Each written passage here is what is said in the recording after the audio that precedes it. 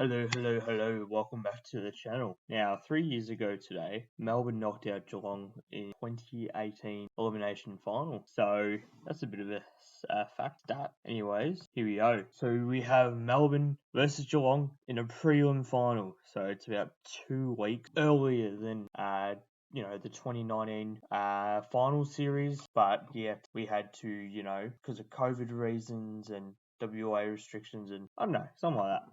But anyways, it's going to be a really interesting game. I'm not sure who to tip, to be honest. My heart says Geelong, but my head says Melbourne. So it's going to be really tricky, but at the same time, I don't know, to be honest. Now, how Geelong can win this game is they have Radically in the team. They bring back either Simpson, Narkle, or even bring in Constable just for another midfielder. Because it's going to be a very tight contest. But I feel like Melbourne will just win. I just have that feeling. I don't know why. I hope I'm wrong, but this is the first time I've ever tipped against Geelong, and it pains me. I hope I do get it wrong, because I really do hope. So I'll be live streaming this as well. But I just have a feeling Melbourne will win by a couple of points. It pains me to say that, but I don't know why this game's on a Friday night. Could have been on a Saturday. Have Power and Bulldogs on a Friday night. That would have been a lot better, I reckon. But it's going to be. They're thinking of pushing the game to about 7:30 Australian Eastern Standard Time. So I'm not really sure if that's going to go ahead or it's going to stay the same. But at the same time, it's 5:50 p.m., which is, WA time. For this game, I reckon it should have started around like 7 o'clock or WA time, Perth time, because that would have been so much easier on people who go into the game, because, they're still living a normal life in Perth, pretty much. There's been a couple of lockdowns, but that's basically it. So, they could, and I'm not sure if it's school holidays, probably not, but they've got school and things like that to go to. So, and people trying to get off work to go to the game. So it makes really no sense for the game to be on about 5:30 if that is the case in WA. I'm not really sure about that. But at the same time, whoever wins the contested possessions, the clearances, and whoever takes the most instant mark down back will win this game. And I'm going to go with Jeremy Cameron, Hawkins, Radicalier, and Gary Rowan to have 13 goals between the four of them. That's I know, but it depends on the weather as well. If it's like dry, obviously Geelong will have more of an advantage, but if it's wet, Melbourne will have more advantage. So it does depend on the weather as well. But it pains me to do this, but I'm gonna tip Melbourne by 2 points in an absolute thriller.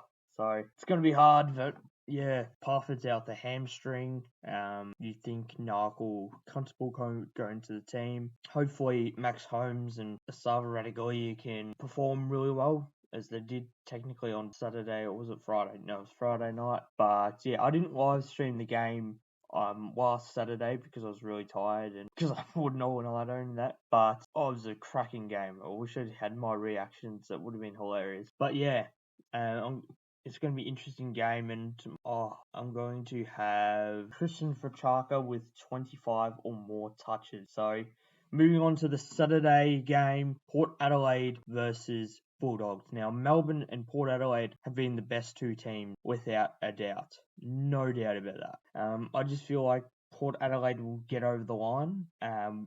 Maybe no.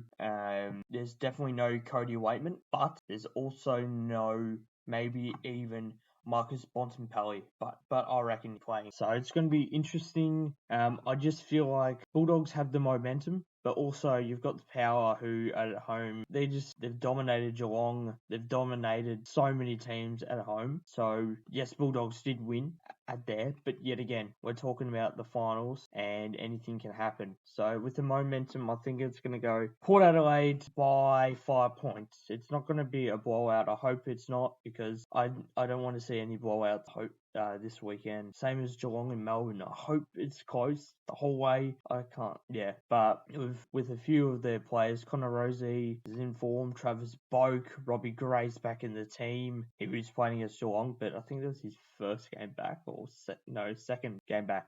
So this will be his third. It's going to be interesting. I am going to tip, as I said before, Port Adelaide by 5 points.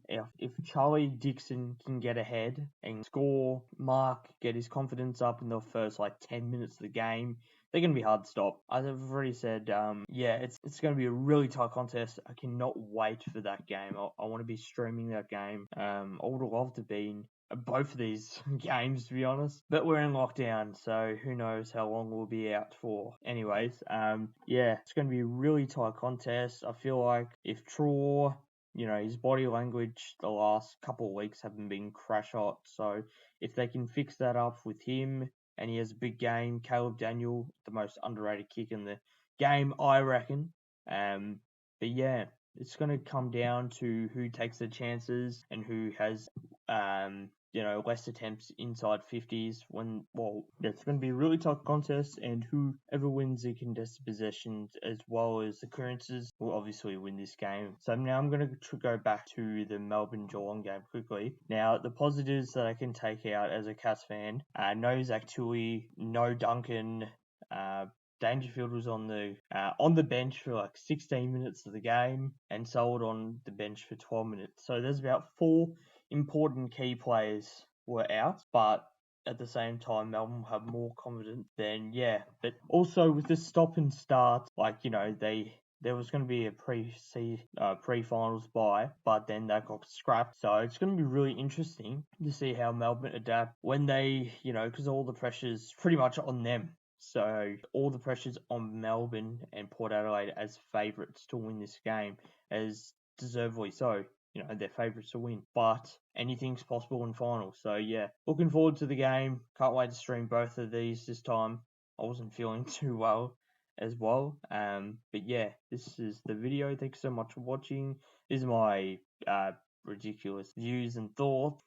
But I hope you enjoy, and please watch the whole video, so you see my knowledge of football. It's not the best, even though I've been around football for my whole entire life, but I am hoping Geelong get over the line because I'm a mad Geelong supporter. So I'll be bitterly disappointed, and I wouldn't say quite upset, but heartbroken would be a word, because they've let me down for about a decade. So it's been great fun, the highs and lows of football. But at the same time, if they don't get up, Melbourne, Bulldogs, Port, they will deserve to be there just as well as Geelong. So this is going to be an intriguing game of football. Both matches. Can't wait for the grand final. It's going to be at a twilight, so it's going to be nighttime in Eastern Standard Times, Victoria, New South Wales, maybe even Queensland. Them as well, and of course Tasmania. And it's going to be interesting because it's like a twilight match grand final in WA. So let me know your thoughts and opinions on that. That is the video. Thanks so much for watching.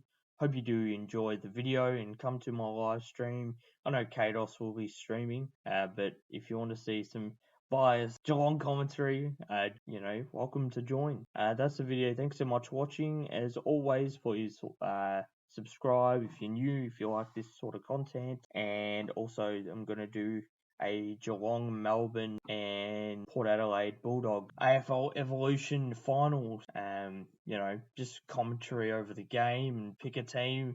But that's the video. Thanks so much for watching, and peace as always. Hope you enjoy the finals.